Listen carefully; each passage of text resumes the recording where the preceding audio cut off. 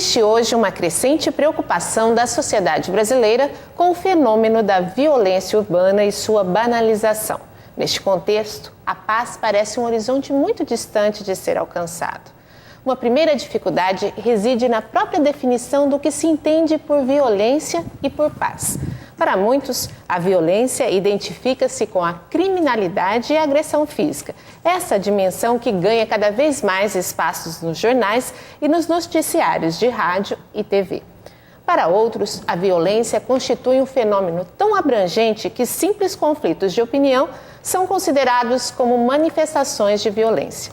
Hoje aqui no Cidadania em Pauta vamos tentar entender melhor este assunto com Renato Salviato Fajardo, que é coordenador do Centro de Promoção da Qualidade de Vida da Unesp em Araçatuba. Queria agradecer sua presença aqui. Também agradecendo. Bom, você, como a gente estava conversando um pouquinho, fez odontologia, é professor na Unesp e também fez psicologia. E o que te levou a esse trabalho em relação à paz, né? De fato, no transcorrer da minha carreira dentro da odontologia, fui sentindo um vazio, uma falta desse respeito, da valorização, da relação humana dentro da saúde. E isso foi... no início talvez nem tinha muito certo, né? Depois foi ficando claro, até o momento que, enfim, eu fiz um mergulho na psicologia, eu fiz o curso de psicologia, e aí isso abriu realmente esse horizonte de me aproximar mais da questão humana dentro da saúde. E com essa descoberta, começaram a sair projetos, programas, pesquisas, atividades, né, que tinham esse viés de lidar com o ser humano. Junto a isso, nós esculpimos aqui o Centro de Promoção da Qualidade de Vida. Uma das várias atividades que a gente tem feito dentro desse centro foi, por exemplo, uma parceria, uma interface com uma ONG chamada Unipaz, Universidade Internacional da Paz, que é um grande ícone da psicologia também, o Pierre Weil, que trouxe esse conceito para o Brasil, plantou em Brasília, expandiu para o Brasil inteiro. E nós trouxemos um braço para cá, teve uma formação da Unipaz, e apenas para te exemplificar que fui aproximando dessas questões ligadas à paz, a discussão disso, ou a reflexão sobre o que significa a paz, o conflito. E nessas atividades, pensamentos, reflexões, filosofias e etc., nós tivemos a oportunidade, pela amizade ou pela interface, com alguns colegas rotarianos, que observaram o sentido de eu me inscrever a uma bolsa, que é chamada Bolsa pela Paz Mundial. Eu fiz essa minha inscrição. Ao primeiro momento foi negada a minha bolsa. Num segundo momento, então, que seja, de 2006 a 2008, eu gozei dessa bolsa. Tive a oportunidade de fazer 2 mestrados na Universidade da Califórnia de Berkeley, uma das 6 mais importantes do mundo. E nela eu fiz uma formação em saúde pública, em estudos internacionais. E isso talvez de alguma forma tenha dado um autorizador social para a gente poder até falar um pouco disso. Então, juntando a psicologia, toda a trajetória dentro da saúde. Quer dizer, contato com o humano, a área, depois a psicologia, depois essa oportunidade de estudar fora também, né? Sim. Como que foi essa experiência lá? Então, eu diria assim, eu estou dizendo para você um pouco da carreira universitária, né, do que a gente põe no papel e tudo.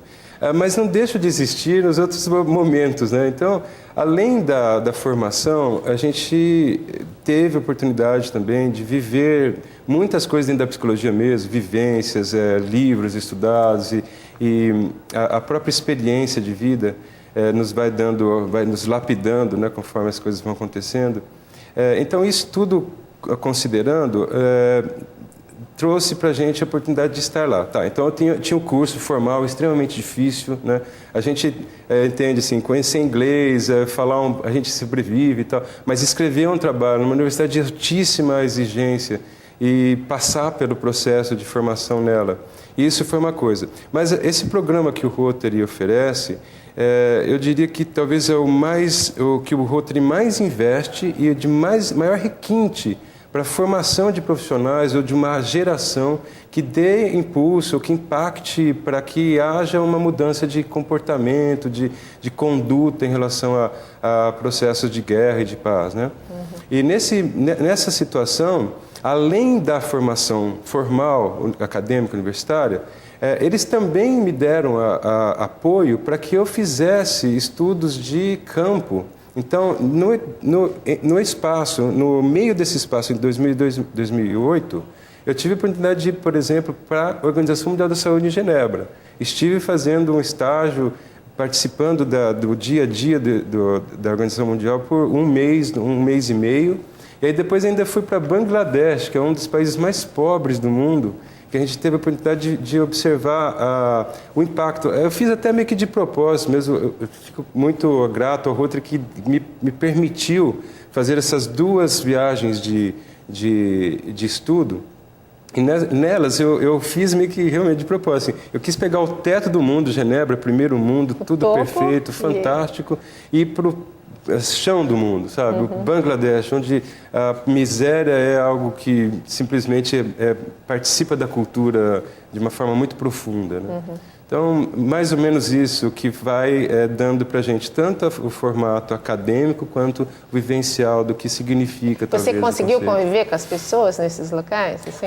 Eu me pus à disposição, né? Eu me lembro que Bangladesh é um país muito fechado, não necessariamente fechado porque quer, mas porque não oferece muito, né? Então, eu me sentia quase que um astronauta, assim, né? Num país que você não vê outros, assim, eu me sentia pelo olhar da própria sociedade lá, né, que é eminentemente islâmica, islâmica pacífica, e eles às vezes paravam para pedir para tirar foto comigo, né, porque não via esse tipo de, assim, esse perfil, né, era difícil de acontecer. Então, eu estava inclusive passeando no zoológico e eu me sentia uma das atrações, porque em vez de tirar foto do animal, eu queria tirar foto comigo, né? Mas, sim, eu interagi. Aliás, não faria sentido eu ir lá apenas observar, né? Era necessário realmente interagir. Porque se fala tanto hoje de paz, o mundo está extremamente violento. Se fala muito de paz. A cultura de paz está virando um modismo? É legal falar de paz? O que você acha? Eu acho uma pergunta muito pertinente, sabe? Porque, de algum jeito, me assusta um pouco, às vezes, representar esse conceito de paz, sabe? Porque, primeiro, entendo que a gente precisa esvaziar isso, assim. Eu não quero ser piegas aqui de falar, olha, paz, vamos ser todos bonzinhos, e a pomba voando, branca, lá no ar, tudo lindo. Fica vazio, sabe? Primeiro que eu não sou uma pessoa pacífica. Eu reconheço que eu não sou. Também sou. Né? Eu tenho a minha paz, eu tenho meu conflito. Primeiro dentro de mim, depois com as pessoas em volta. Né? Então, a questão de ficar fechado, de que a paz é uma coisa que a gente precisa conquistar e continuar com essa energia, é algo que foge um pouco da realidade. O que a gente costuma trazer para a reflexão é que o conflito é tão importante quanto.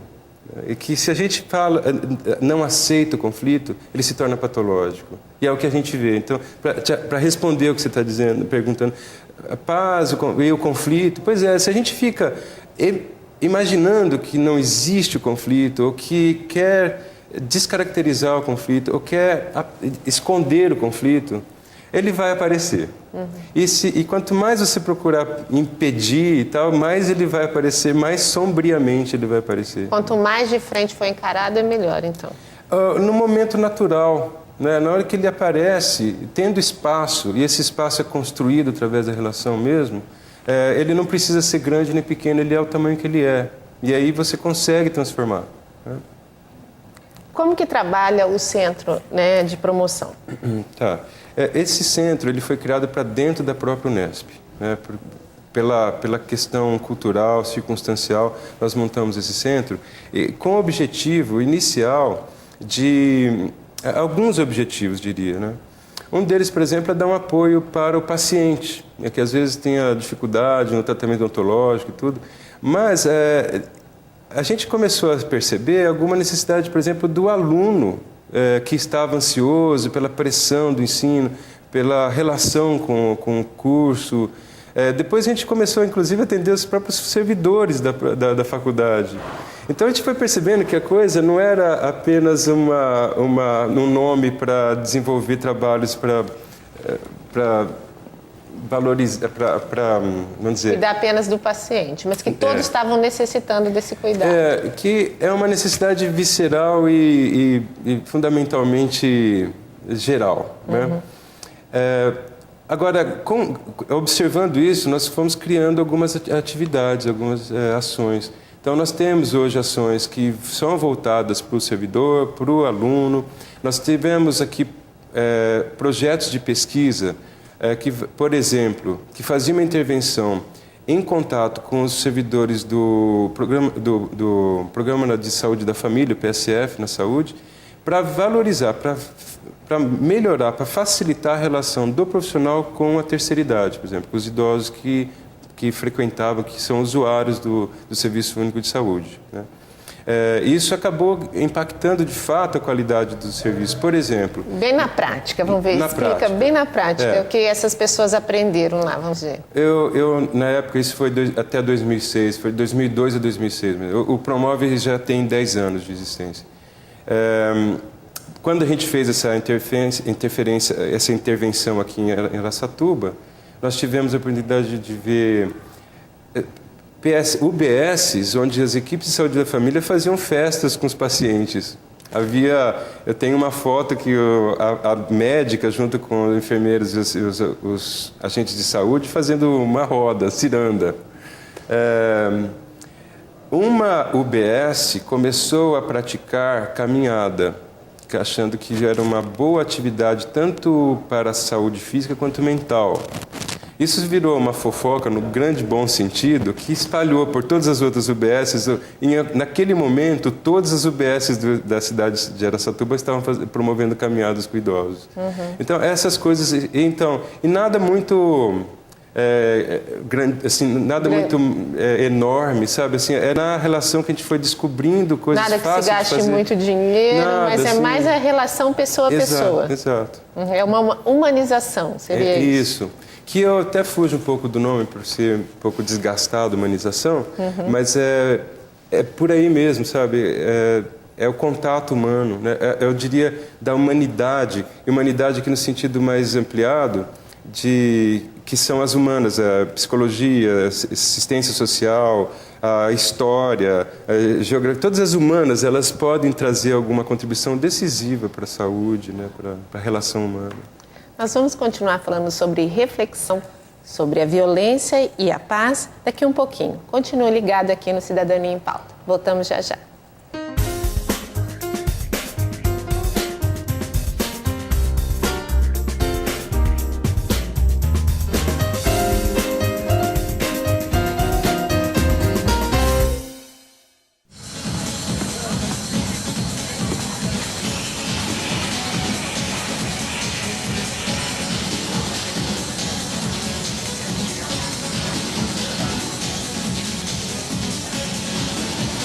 Lei da ação e reação. Você consome drogas. Drogas consomem você.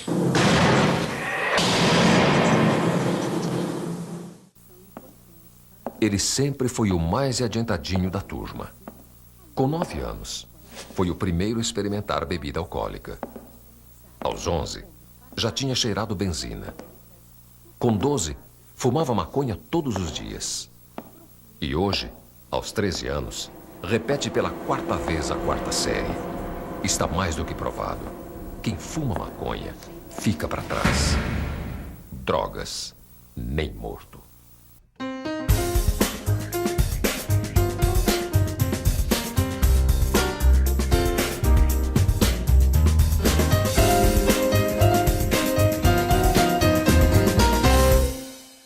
Reflexão sobre violência e paz é o assunto do Cidadania em Pauta de hoje. E o nosso convidado é o Renato Salviato Fajardo, que é coordenador do Centro de Promoção de Qualidade de Vida da Unesp em Araçatuba. Bom, para iniciar esse bloco, eu queria que você falasse das palestras que você faz sobre o assunto. Tá, de fato, a gente tem sido solicitado para explorar essa questão do conflito, da paz. Eu escolhi, inclusive, esse nome, refletindo para falar sobre paz. Não tem como falar de paz sem falar de conflito. Porque, assim, essa dicotomia, esse maniqueísmo que o homem tende a provocar, sabe assim, o branco ou o preto, a paz ou a violência, a saúde ou a doença, né? Embora a gente queira que nós queiramos ser bonitos, jovens, saudáveis, ricos, tudo isso, se a gente fechar de um lado, a gente deixa a balança descompensada. E a realidade não é assim. Não é assim. Eu não quero fazer aqui uma apologia à guerra, à doença, não é isso que eu estou dizendo. Porque, de fato, se há um sentido para a evolução é para a beleza, para a saúde, com certeza.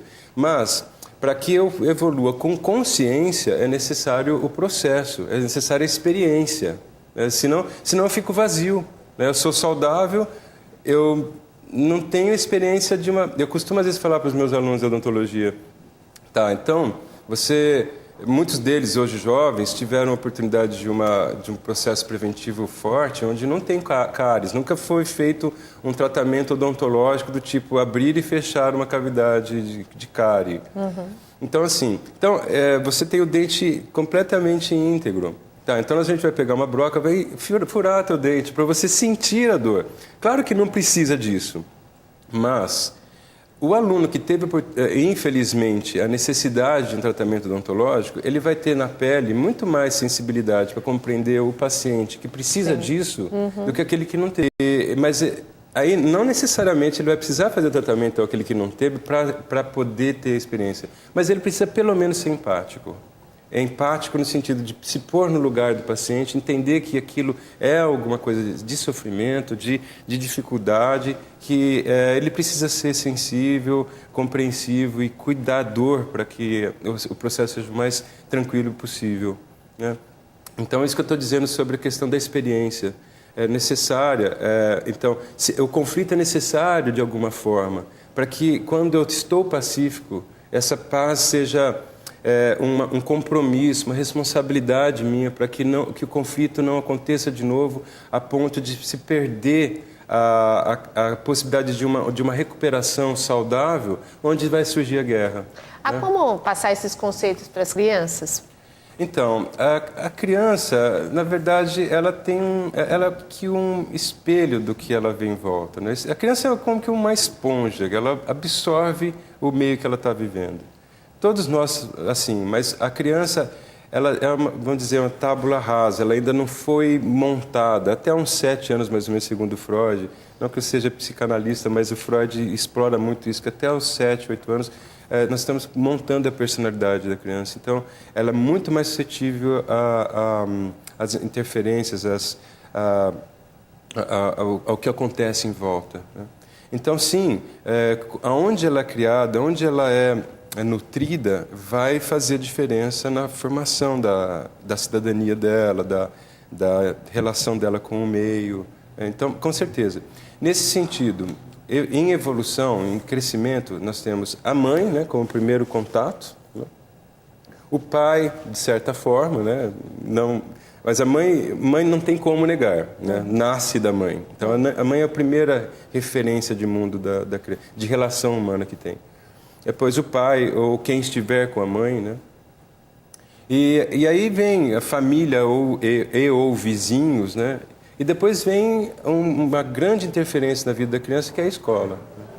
E a escola, nesse sentido, tem um potencial muito grande de interferir, sim, né? Porque tem a professora que tem uma formação didática, pedagógica, até talvez nessa questão da relação humana.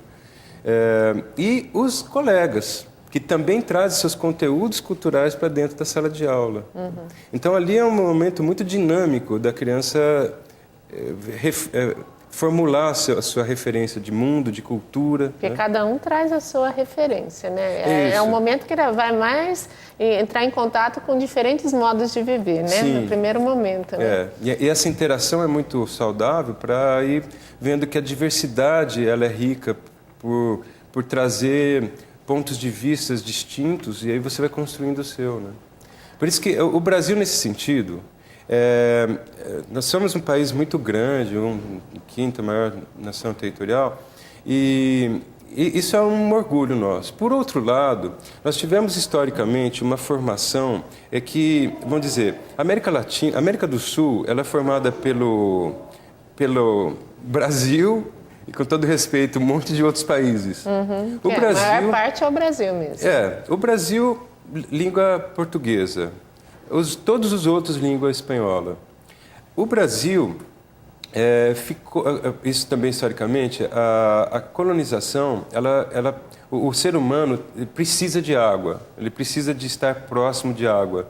Então, a colonização portuguesa foi no Oceano Atlântico e a colonização espanhola foi no Oceano Pacífico. E entre essas duas colonizações, um grande isolamento, um filtro de isolamento chamado Amazônia. Ou seja, nós somos um país extremamente grande e isolado, né? Então, culturalmente dizendo, por mais que a gente tenha hoje a televisão que nos permite contato com outras culturas, com outras... Por exemplo, a Copa, a gente está vendo quanto que é diverso o ser humano. Por outro lado, o dia a dia, nós não temos contato. Na Europa, por exemplo, né? Você pega, daqui a pouco você está na França, dali você está na Inglaterra, perto mesmo está... como se fossem os estados aqui, né? Até menores, pois né? Né? Mas com uma enorme história aí. Você acha, então, que o conflito pode ser de causa cultural? Cultural. Sem dúvida alguma. O cultural, assim, talvez mais perto da gente, por exemplo. Eu vou dar um exemplo, quer ver? Eu li uma situação dizendo assim, tinha um casal. O marido, ele estava tendo dificuldade de conversar com a esposa. E, cada vez mais, ele fazia questão de deixar claro os seus pontos. E a esposa, cada vez menos falando, cada vez mais retraída. Né? E ele cada vez mais incisivo. E mais incisivo e talvez até elevando mais o tom para ficar muito claro mesmo. E a mulher cada vez mais retraída, cada vez mais calada em relação ao conflito, à contenda que estava acontecendo. E eles foram evoluindo num ponto que ficou insuportável. Né? E aí chegaram num armistício. Né? Vamos conversar sobre o que está acontecendo. Então, assim, eles chegaram à observação de que tanto um quanto o outro estavam agindo daquela forma porque eles entendiam que aquilo era respeito. Para ele, respeito era falar na hora, no momento, com a energia que tinha. E para ela, respeito era segurar a onda, espera um momento e quando tiver oportuno a gente vai conversar. Então, perceba, os dois usando a palavra respeito ou o que entendiam de respeito estavam tendo um conflito. Então, culturalmente, ela foi formada entendendo que respeito era uma coisa e o outro respeito outra. E aí deu guerra, deu conflito, deu briga. Né? Então, a cultura é fundamental, é necessário trazer Por isso que estou dizendo, a diversidade, coisa que o Brasil não está... no país, nós temos mais de 160 nações. O Brasil tem mais de 160 nações. Nações indígenas que viviam aqui antes do Cabral chegar, que ainda existem, né? E que estão aí mananciais de experiência que a gente pode captar, que já captamos, mas a gente não reconhece isso de alguma forma mais apropriada, mais respeitosa, e que nos dá a chance da diversidade, que é a grande sacada. Né? Você aceitar que eu tenho um ponto de vista, mas existem outros que podem compor com o meu. Conhecer, né, os outros pontos de vista. Porque senão eu começo a retrair, a cristalizar o meu e defender e aquela história do eu e o outro, em vez de ser o nós. Né? Tem o eu, tem o outro, eu me separo. E quando eu falo a diferença acaba separando as pessoas. Até na questão da religião isso acontece muito com também, certeza, né? Eu acho que até cada vez mais forte ultimamente, assim, tem ficado muito definido isso. Né? Nós tivemos a oportunidade de trazer para cá, há uns antes de eu viajar, e foi 2005, 2006, nós fizemos um evento aqui na Câmara, no saguão da Câmara, com o objetivo, uma mesa redonda sobre paz, convidando ecumênica. Porque isso é a Unipaz que fazia há um bom tempo aí, trazendo representantes de várias linhas para explorar o que significa paz. Porque aí é o seguinte, está nessa mesa, se eu for começar a meter o pau no outro, eu não estou falando do tema. E o que eu achava interessante, que o resultado disso, a mesa quase que levitava, porque a pessoa trazia um conceito de paz, o outro trazia um outro conceito de paz. E todos eram valorosos, né? E aí fomos construindo um maior. E daria até para conviver todos eles juntos, um complementa o outro. Não só isso, né? Porque aquela história não é uma soma matemática tão lógica. Vai ser muito mais que isso, né?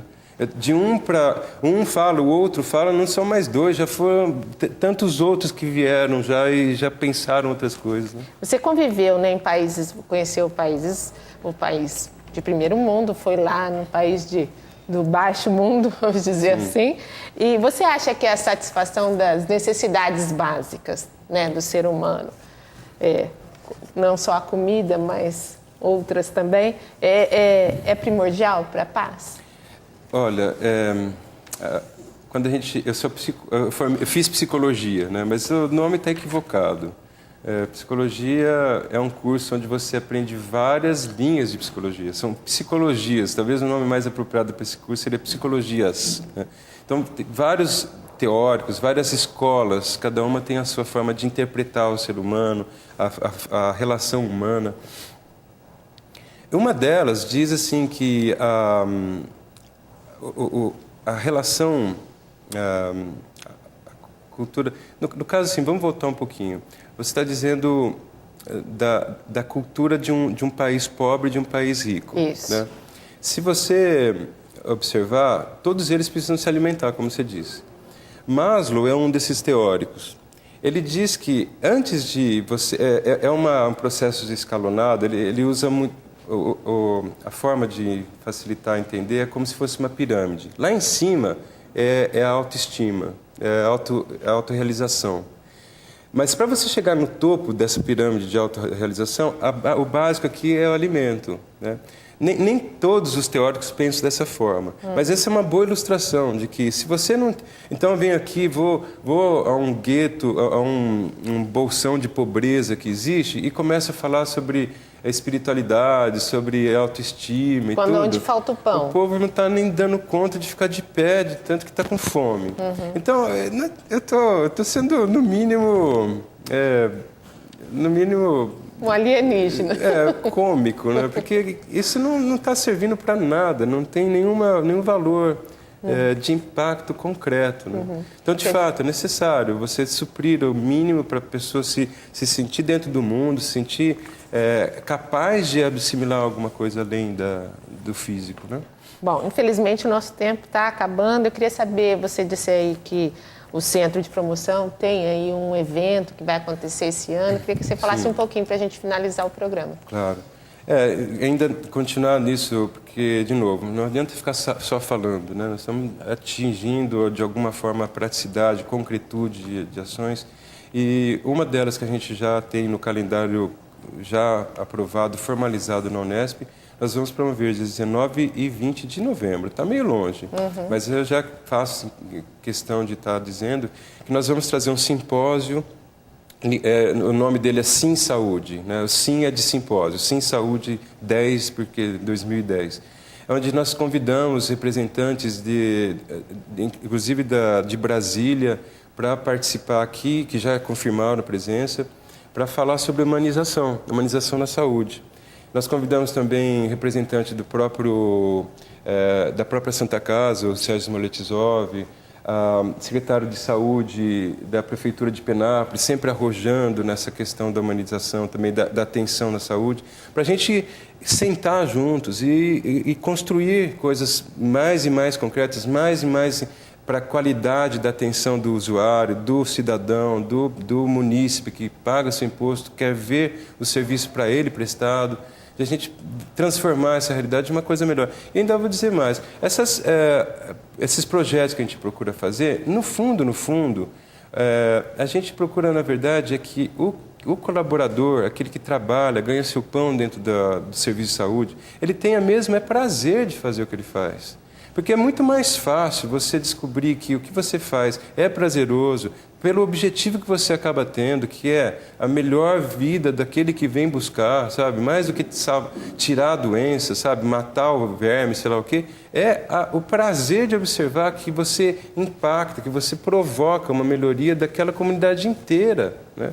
Então, é mais ou menos isso que a gente tem buscado fazer, e esse evento, por exemplo, é uma das formas de a gente exercitar isso. Bom, independente disso, o centro também tem outras atividades. Sim. E quem estiver interessado em conhecer, com certeza. como que deve procurar? Nós estamos no site da FOA, né? É só colocar lá FOA no Google que vocês vão encontrar a FOA como Faculdade de Odontologia de Araçatuba. Lá dentro vai ter o Promove.